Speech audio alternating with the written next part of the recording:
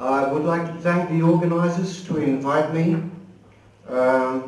because that, I think, is a good way to share insights and discuss the most important item, presumably in higher education, which is quality.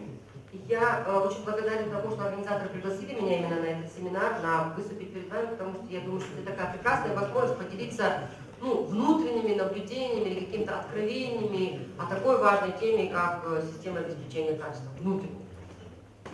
Now, those who already know me, there are some here, because last year I was in Astana. I have too many slides, I have to warn you. Некоторые из меня уже, наверное, знают, я в Астане в прошлом году, так вы подозреваете, что у меня очень много слайдов. Предупреждаю, у меня много слайдов.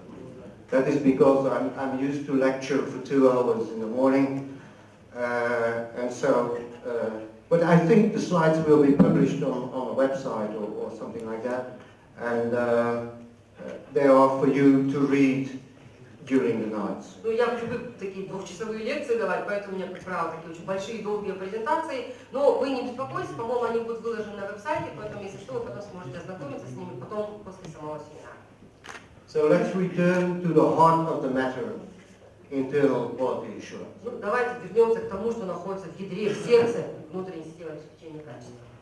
As you can see, I would like to start with showing a bit the essentials. They come out of research most of the time, but also of personal experiences. I started with quality assurance in 1992. I know this is my subject to teach. И я, как вы видите, здесь у меня очень много различных вопросов. Я хотела бы записать общую, теоретической, наверное, часть начать, немножко личной истории, поделиться своими личными примерами, уроками жизни, потому что я начал заниматься системой обеспечения качества в 1992 году, и это моя такая предметная область, это моя специализация, это то, чему я учу. And maybe we can skip the recommendations and go for the afternoon. Я думаю, рекомендации можно на послеобед оставить. Okay. First, introduction, short history. Введение и краткая история. It all started in 1999 with the Bologna Declaration, 1 year before in France, and then it really went quickly. И это все началось в 1999 году, когда была принята Болонская декларация, за год до этого она была принята во Франции, и после этого она начала разворачиваться очень быстро. So 1999, and then there are some important moments. The first European standards and guidelines in 2005, approved by the ministers. В общем, в 1999 году все началось, и были такие важные вехи. Например, в 2005 году были приняты первые европейские стандарты руководства, которые были одобрены министрами Европейского Союза. But on the same ministerial conference in 2005, they also approved the European, or the qualification framework of the European higher education area. И помимо этого, они в 2005 году на этом министерском совете, на этой министерской встрече, они приняли рамки, европейские квалификационные рамки. Then the year afterwards, in 2006, the European Quality Assurance Forum started, and the first topic was quality culture. И в 2006 году, в общем, начался форум по обеспечению европейских систем обеспечения качества, и там началось такое обсуждение темы, как культура качества. Then we had ECAR being founded in 2008. В 2008 году был основан ECAR. In 2009, the ministers thought that the European higher education area was a fact, but then later on we saw that on the work floor, within the universities, things still had to change. В 2009 году на министерской конференции министры посчитали, что, в принципе, европейское пространство высшего образования – это уже случившийся факт, но, тем не менее, на местах, в самих университетах все еще нужно было очень много чего менять для того, чтобы это, на самом деле, можно было признать фактом. Then in 2015, in Yerevan, the ministers approved again 2 things. First of all, the new European standards and guidelines.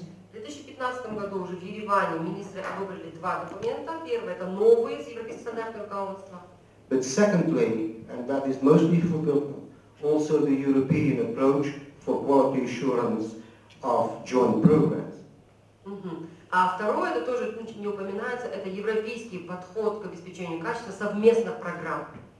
And that means, in fact, that internationalization entered quality assurance. И это как раз-таки тогда, когда интернационализация вошла в систему обеспечения качества. Then in Paris last year, minor changes to the qualifications framework were approved together with the DCAR, that is the digital platform of ECAR, of all accredited programs and institutions. И в прошлом году было принято в Париже некоторые изменения и обновления в европейской квалификационной рамке, и было принято ДИКАР. ДИКАР – это цифровая версия того, что было ИКАР раньше. Okay. So, ESG has already been mentioned quite a lot. What in fact are the ESG? Not in detail, but they give you a kind of European framework that is based on that famous part 1. Что такое ESG? Вроде все об этом говорят, все понимают, но я хочу поговорить не о том, что детально там упоминается, а фактически такие европейские рамки, которые основаны на ESG. Here you see the main characteristics of that European framework. Здесь перечисляются основные характеристики этих европейских рамок. It has already been said, I mean, in fact, not the most important thing are the standards, but the most important thing are the concepts and the ideas that are behind it. На самом деле, я считаю, что не стандарты самое главное. Самое главное – это концепции и идеи, которые предопределяют выработку каких-то определенных стандартов. And most important items are there, a list of the concepts. It's about trust, quality assurance is about trust. Самое главное, самое важное для меня концепция – это доверие. Доверие именно в контексте обеспечения качества. It's not only about accountability, it's also, and most importantly, about enhancement. Это не только вопросы подотчетности, а это скорее вопросы усиления. Then, of course, we have the famous stakeholders model. Плюс у нас, конечно, известная наша модель стейкхолдеров. There is a dimension of quality culture. А есть, опять же, такое измерение культуры качества. And there is, of course, although we have the standards, the diversity that has already referred to by the previous speaker. И есть, опять же, стандарты разнообразия и гибкости, об этом уже говорили предыдущие спикеры. So, here you have them. I will primarily in this speech concentrate on standards of policy for quality assurance and 1.7 information systems. Ну вот здесь они все перечислены. Я сейчас хотела сфокусироваться на 1.1 политика в области обеспечения качества и 1.7 управление информацией. My speech after the coffee break will deal with internal quality assurance on study programs, and so with the design and approval of programs 1.2 and 1.3 student-centered. После перерыва на кофе я буду уже немножко говорить о системах внутреннего обеспечения качества, разработке утверждений программ и студент-ориентированное обучение, преподавание, оценка. Okay, there we go. First and most important thing, policy. Самое важное и на первоначальной важность имеет именно политика. That's what standard 1.1 says. И это то, о чем мы говорили, стандарт 1.1. It says we have to have a policy of quality assurance and a public one. Мы говорим о том, что у нас должна быть система обеспечения качества, политика по обеспечению качества, которая должна быть в открытом доступе, то есть общественно открыта. And that is already a challenge, as you can see. И это уже является сложностью, как видно вот на этой карте. Because in 2015 there were not that many public QA policies yet. В 2015 году не такое большое количество было таких политик по обеспечению качества, которые были бы в открытом доступе и открывались в общественности. Now things have changed to the better. Ну, сейчас ситуация чуть-чуть изменилась в лучшую сторону. But you can see out of the implementation report of 2018 that it's still very diverse. Но, тем не менее, если посмотрим вот на реализацию этих всех политик в 2016 году, то, тем не менее, разброс все еще существует в том, что есть. The real challenge is that standard 1.1 on the policy connects that policy with strategic management. Я считаю, что самая большая сложность заключается в том, что вот эта политика обеспечения качества, она подвязана, или вот видите, она очень напрямую связана с стратегическим менеджментом университета. And that is normally in a mutual way.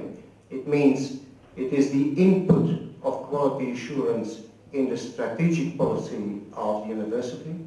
То есть она такая дорога с двусторонняя дорога. С одной стороны, это политика обеспечения качества, которая является частью стратегического менеджмента. And the other way around, it is how quality assurance can measure and can monitor the strategy. А с другой стороны, это как эта политика в обеспечении качества может мониторить, отслеживать и измерять стратегический менеджмент и то, как ведется стратегический менеджмент. And so that second dimension, the link between quality assurance and strategy, institutional strategy, is still very weak. И вот эта вторая часть, второй аспект, связь между политикой обеспечения качества и стратегическим менеджментом, или стратегией университета, вот эта связь все еще очень слабая. That is proved by all reports that have been published since then. Это все подтверждается отчетами, опубликованными с того времени. So, and it's not only in Eastern Europe or in the Asian part, it's also in Western Europe. Huh? И это характерно не только там для Восточной Европы там, или для азиатской части европейского пространства высшего образования, в принципе, в западноевропейских государствах это тоже встречается. So, the point is that universities are normally not used to develop a real strategy and a real policy. То есть фактически это показывает нам, что университеты не обучены или не имеют привычки разрабатывать реальные стратегии и реальные работающие политики. We're not very good at it. Ну, не умеем мы этого делать. Не очень хорошо. For example, in 2015, the international research organization Gallup had a look globally at the missions and visions of universities. В 2015 году Международное исследовательское агентство, называется Gallup, очень известное, крупное такое, оно провело исследование и собрало все миссии и видения всех университетов глобально по всему миру. And they came to the conclusion that in half of the cases it was almost identical. И они пришли к выводу, что в половине случаев the mission and vision were identical. Миссия и видение были идентичны. So, and that is important because there it starts. Their first recommendation was not ask yourself what is your added value. Ask yourself why do you exist? What is your added value to the students, to life, to your region? И первая рекомендация их была попросить университеты задать себе вопрос, какую вот эту добавленную стоимость, добавленную ценность они привносят своим существованием, как они позитивно по-другому влияют на жизнь студентов, на жизнь общества, что такого они делают особенного, дополнительного, помимо того, что уже существует. A recent study from Ghent University came to the same conclusions where they had a look at the universities, the missions of the UK. Было проведено только недавно свежее исследование университета Гент. Они оценили все такие миссии, заявления о миссии британских университетов. I mean, quality is there, but it's very vague, it's not explained, and it doesn't take choices. Вопросы качества там как-то упоминаются, но очень расплывчато, очень неточно, и как-то не так, чтобы они подталкивали университет какие-то выборы делать именно в пользу качества. And the good thing is that the conclusion of the Gallup study, asking the question why, is also the question that is firstly put to each organization by Simon Sinek. И очень хорошо, наверное, что совпадает, что вот рекомендации Галлап, который первый вопрос, а почему мы существуем, они очень также совпадают с этими результатами исследований Гентского университета. So internal quality assurance starts there. Вот это отправная точка для внутренней системы обеспечения качества. By asking ourselves, why are we necessary? Это вот начинается с ответа на вопрос, почему мы нужны, зачем мы нужны. The answer to that gives the vision and the mission. А ответ на этот вопрос как раз таки дает тогда нам и видение, и миссию. So you see, the vision is a bit more future, the mission is a bit more where you are today and what your own profile is.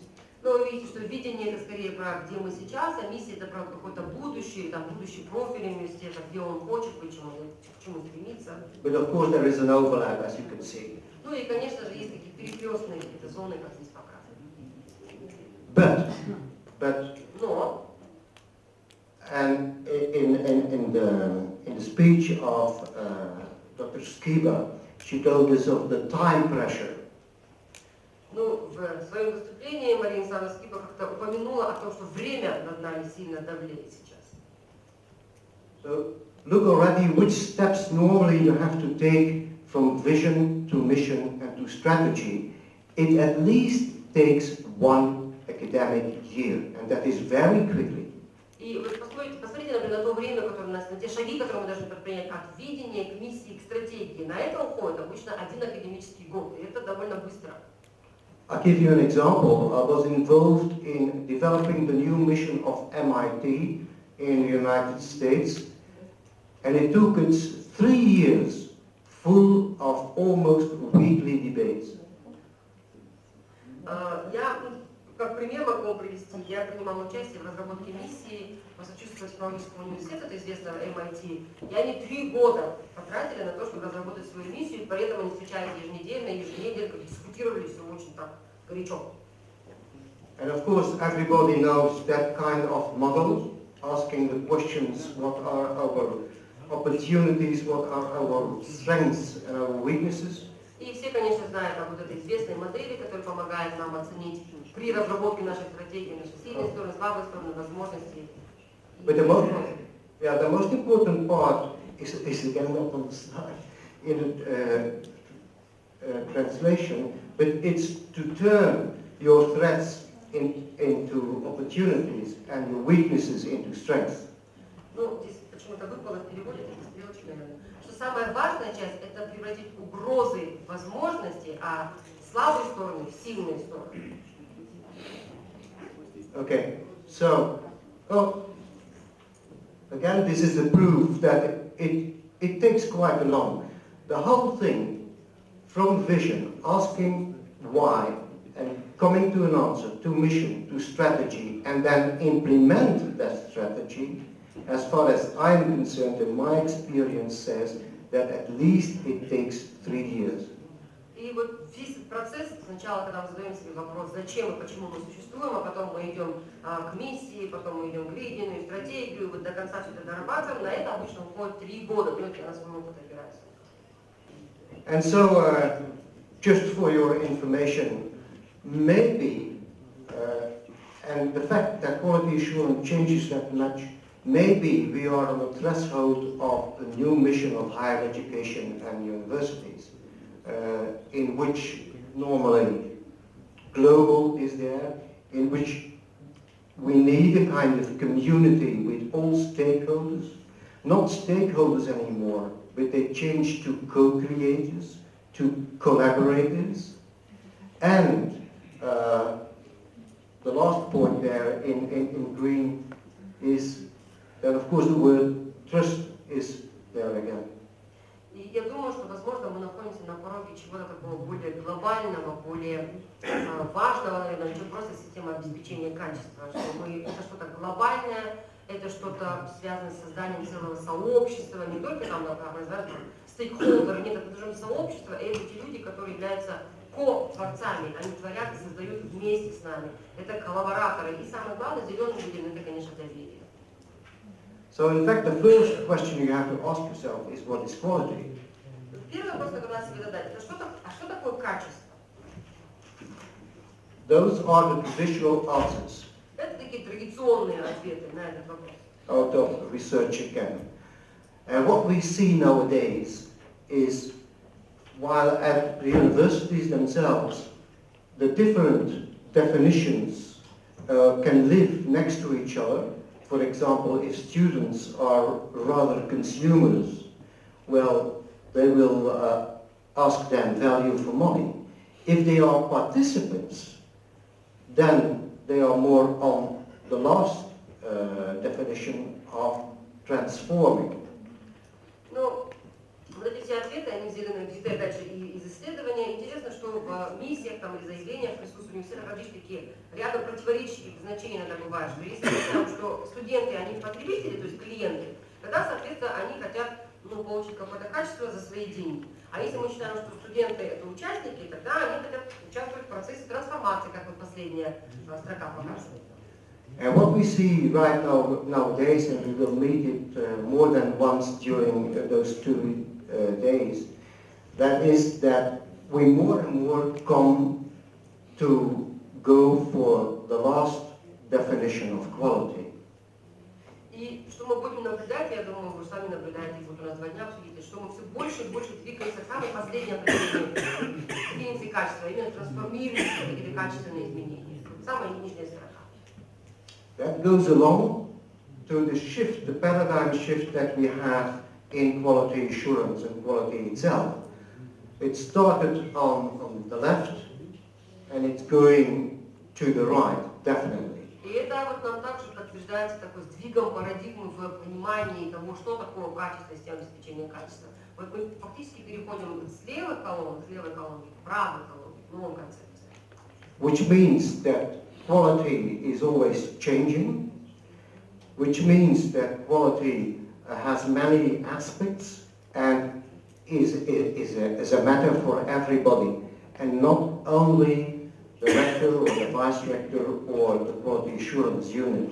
Это означает, что качество постоянно меняется, что качество это не что-то такое единая вещь, это что-то такое многостороннее, в чем есть много аспектов, и что качество это ответственность всех и каждого, а не только там ректора, проекта или какого-то департамента обеспечения качества.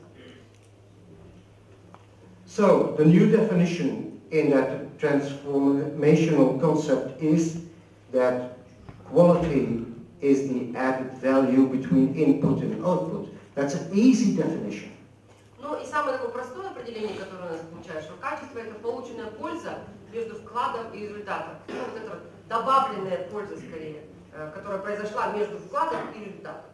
But it's not easy to get that new definition into your institution, into your policy. Но вот это новое определение внедрить в университет или внедрить в политику, стратегию университета не так-то легко.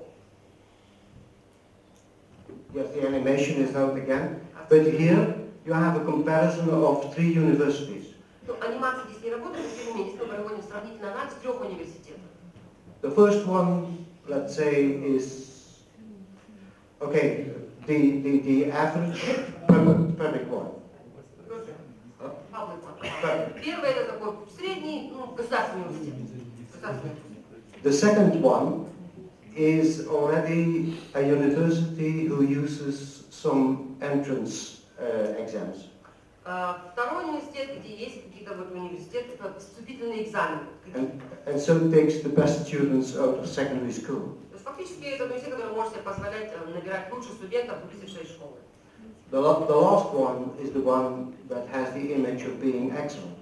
И последний тот университет, который имеет имидж лучшего университета, превосходного университета. Now, when you come to the definition of quality is the added value between input and output, my question is, which university is then the best? Если мы обопремся, возьмем вот это определение, что качество это добавленная ценность между вкладом и результатом, тогда какой из этих университетов лучше в этом смысле? And that is precisely what was proven in the first edition of the so-called Teaching Excellence Framework in the UK. И это как раз таки то, что и было доказано в рамках преподавания превосходства в Соединенном Королевстве. В рамках превосходного преподавания в Соединенном Королевстве. Teaching Excellence in the UK. Because in that first edition, which centers on teaching and learning, some very famous universities, top universities out of the Russell Group, didn't get the gold medal. Интересно, что первый выпуск или первое издание вот этого такого аналитического инструмента по оценке университетов. Ведущие университеты, которые считаются какими-то очень хорошими университетами в Соединенном Королевстве, не получили золотой медаль. So the new concept of quality as far as learning and teaching is concerned is again that the learning gain the space between where you begin and where you end as student. То есть вот эта новая концепция понимания качества для студента, по крайней мере, это вот этот вот в вопросах обучения и преподавания, это вот этот вот новые знания, вот это обучение, которое происходит между началом и конечным итогом обучения, конечной точкой. So, education is about talent. It's where you start and where you end. It's about value as well. То есть образование, с одной стороны, это передача знаний, вот сначала, вот такое путешествие, начало есть и конец, но в образовании есть еще дополнительная ценность. And on the two levels, on the level of the institution, it is about strategy, what you realize on your strategy. On the level of the study program, and that will be my next speech, it is about the learning outcomes. То есть, тут несколько различных аспектов. На уровне университета это стратегия, то есть что мы реализуем как стратегии, а на уровне академических учебных программ это результаты обучения, те самые learning outcomes. Okay. So, Я об этом потом расскажу. the next is then, if we agree more or less on quality, what is quality assurance then? Если мы с вами, в общем-то, договариваемся и там согласились, что теперь новое определение качества таково, тогда что у нас такое система обеспечения качества? Well, there you see a definition that maybe some of you know because it comes out of ISO. But the essence is that whatever tool or model that you use, it is only a managerial approach.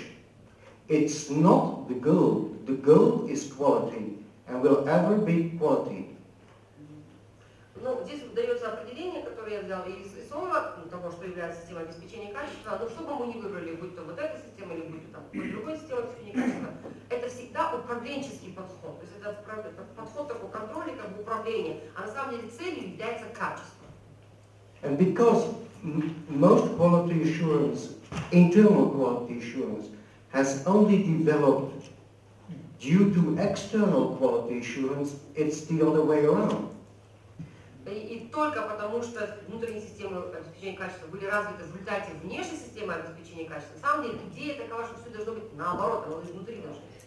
In most internal quality assurance systems, we take over the standards and the criteria of the external ones, while it should be the other way around. А в большинстве систем внутреннего обеспечения качества мы просто как-то перенимаем стандарты и критерии внешней системы обеспечения качества, а на деле должно быть наоборот. Внешняя система должна брать внутреннюю систему. And what is happening now, not only in Europe, also in the United States, is that there is a kind of change coming in which we turn the things around. И что сейчас происходит, такая тенденция в Европейском Союзе, в США, что происходит вот это все-таки перемена мест, что теперь внешняя система опирается скорее на внутреннюю систему обеспечения качества. Now, okay, I leave that. Whatever system we use, yes, the CAF is mostly used in the public sector in the United States. Ну, КАФ модель, которая самая наиболее распространенная для государства. The scorecard, maybe some of you know. I only want to show this slide because there it is clear again that it all starts from the vision, mission and strategy. Я просто хотела показать вам слайд, чтобы показать, что все это начинается с миссии, видения, и потом это переход там дальше в определение качества, системы обеспечения качества. Ну, такой цикл есть.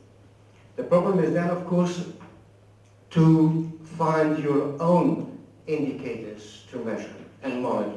Проблема потом заключается в том, чтобы найти и выбрать свои собственные индикаторы, из которых затем будем мониторить и измерять. And there are many tricks to do that, but again, it's a very difficult thing. И, конечно, много там подсказок о том, как лучше это сделать, но тем не менее это все сложно. It's not only the simple PDCA cycle. Это опять же не так просто, как простой цикл PDCA, планировать, делать, проверить, действовать. It's not only the methodology of using smart indicators or criteria. Это не только методология использования смарт-индикаторов или смарт-критериев. But it's keeping in mind that the first goal of quality assurance is to learn your own lessons and to enhance, to improve. Но это как-то вот напоминание нам о том, что первая задача системы обеспечения качества – это узнать о своих собственных проблемах и учиться на самом себе, стремиться к лучшему, опираясь на самого себя. So it's important to keep in mind that each indicator or each criteria should at least have several functions. Очень важно, чтобы каждый индикатор или критерий служил нескольким функциям. It's not only to measure. Потому что не только они должны измерять эти индикаторы или критерии. It's also to give signals to become better. It's also to communicate internally and externally. Это для того, чтобы такие сигналы или флажки, которые подсказывают нам, где надо улучшаться, и это для того, чтобы коммуницировать там вопросы качества внутри университета и за его пределами. So whatever indicators you use, and there are many, as you can see, there are quantitative and qualitative. Какими бы индикаторами ни пользовались, будто количественных и качественных довольно много. The central question is, don't use indicators just like that, because they are asked for or whatever. No, use the indicators that tell you something. Okay. Just use indicators that tell you something or that are linked with your values. То есть надо пользоваться не индикатором не для того, чтобы просто измерить, как вы говорили, там столько-то книг и столько-то там тетрадок и так далее, а именно использовать для того, чтобы измерить то, что для вас по-настоящему важно, и их взаимосвязь с стратегическими целями университета. Next question, and that is my last one. Следующий вопрос. И последний вопрос. What is quality? Что такое Culture. качество?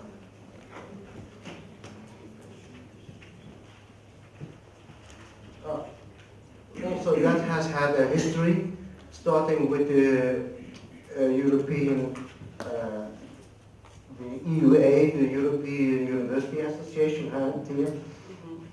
Здесь тоже была своя такая история развития, начиная с Европейской ассоциации университетов. Then, as I already told you, in 2006, it was the theme of the first forum. Как я уже сказала, в 2006 году это была тема первого форума ИКАП. We have some important developments then, and some results out of research that came in 2012. Были очень важные даты, и самое главное было исследование, которое было опубликовано в 2012 году. I will show you those Сейчас я покажу. Okay. There we are. EFQM, as I told you, whatever model you're using, there are always concepts, beliefs, values underneath. EFQM, да, например, Европейская рамочная система обеспечения управления качеством. Какую бы систему аккредитации, какую систему обеспечения качества вы бы не выбрали, она всегда базируется на каких-то идеях, концепциях, убеждениях, может быть, верованиях. And the most important values you find not only there, but it's about leadership, it's about trust, it's about decision making, and it's about empowering people, believing that people can do good. И, основные, конечно, ценности, на которые опираются все эти системы, они лежат в области руководства, в области должного управления, принятия решений. И самое главное, это вот передача полномочий людям в достижении каких-то целей, то есть вера в то, что люди способны на изменения. Okay, so we can complete our diagram with the underlying values and beliefs which are essential in an organizational culture. Я думаю, что теперь мы можем как-то наш этот график дополнить и понять, что в самом низу фундаментом лежит такие убеждения и ценности, которые и определяют нашу культуру качества. As Simon Sinek, and if you wanted the scientific definition of organizational culture, there you have it. The previous one. No. И если, например, вот здесь такое выражение или цитата есть такое научного обеспечения, научного обоснования культуры качества. That is a slide. Yeah, that you will see more often, I guess, in the 2 coming days. It's the one that was developed by EUA. Я думаю, это такой слайд, который я буду часто показывать. Слайд был разработан Европейской ассоциацией университетов. And there are many kinds of typology, of cultures in organizations. That is one of them.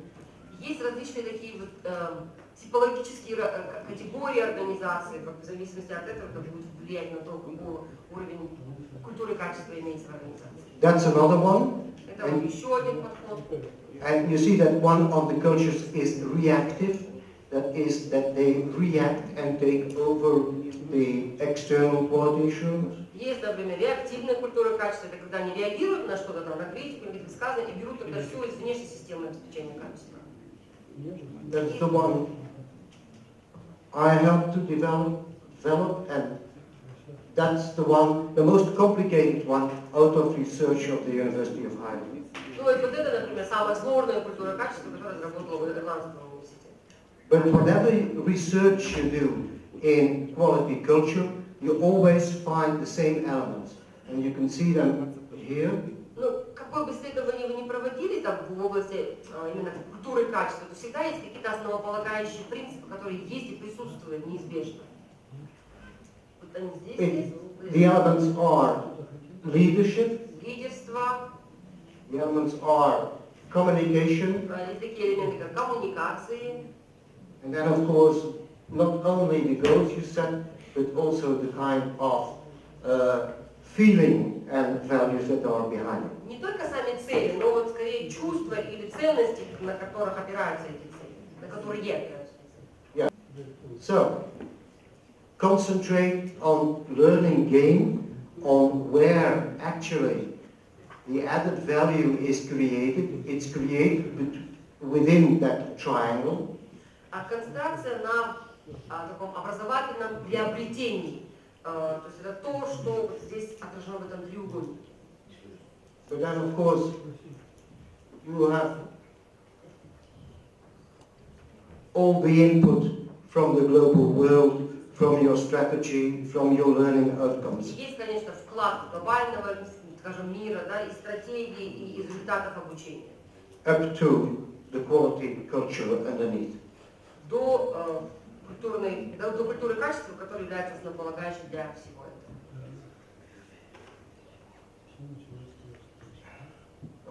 этого.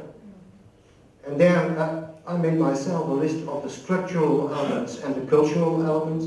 I think if some persons working in quality assurance units or departments or on institutional level, I think they can recognize it because that is what you should do, in fact. The point is, of course, that you have to combine them.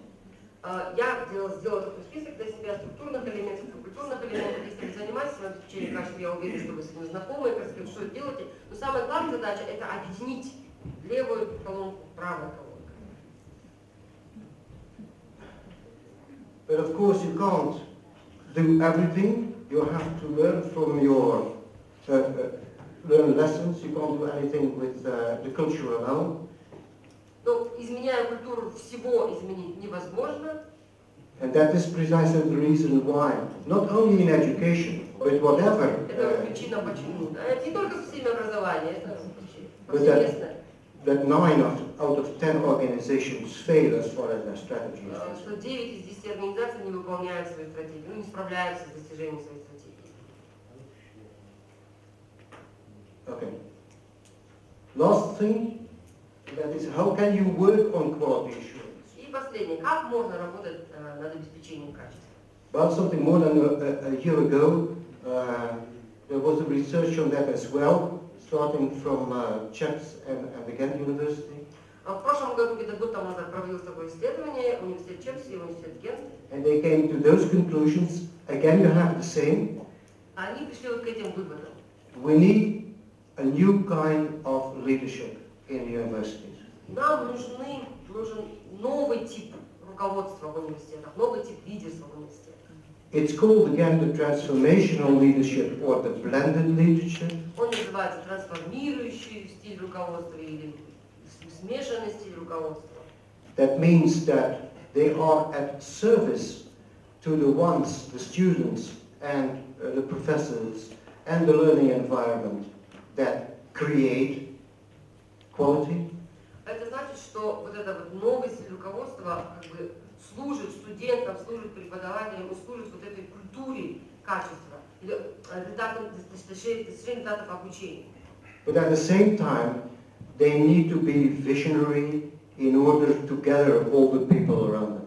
Но одновременно с этим это руководство должно оставаться визионером, то есть иметь такую возможность видеть будущее, чтобы объединять людей. Communication is again very important. Коммуникация тоже очень важна, ну или общение здесь не знаю. And also the recognition. И признание. I mean, well, quite a lot professors are only rewarded because of the research and their publications. And we definitely need also rewarding instruments that value teaching and learning. Ну, как вы знаете, что профессор Сасан, например, за свою исследовательскую работу получает какие-то награды, признания и так далее. Но мы должны придумать какую-то систему, которая таким же образом признавала преподавание и обучение. And that's where I'm going to stop now, right? И здесь я хотел бы сделать паузу.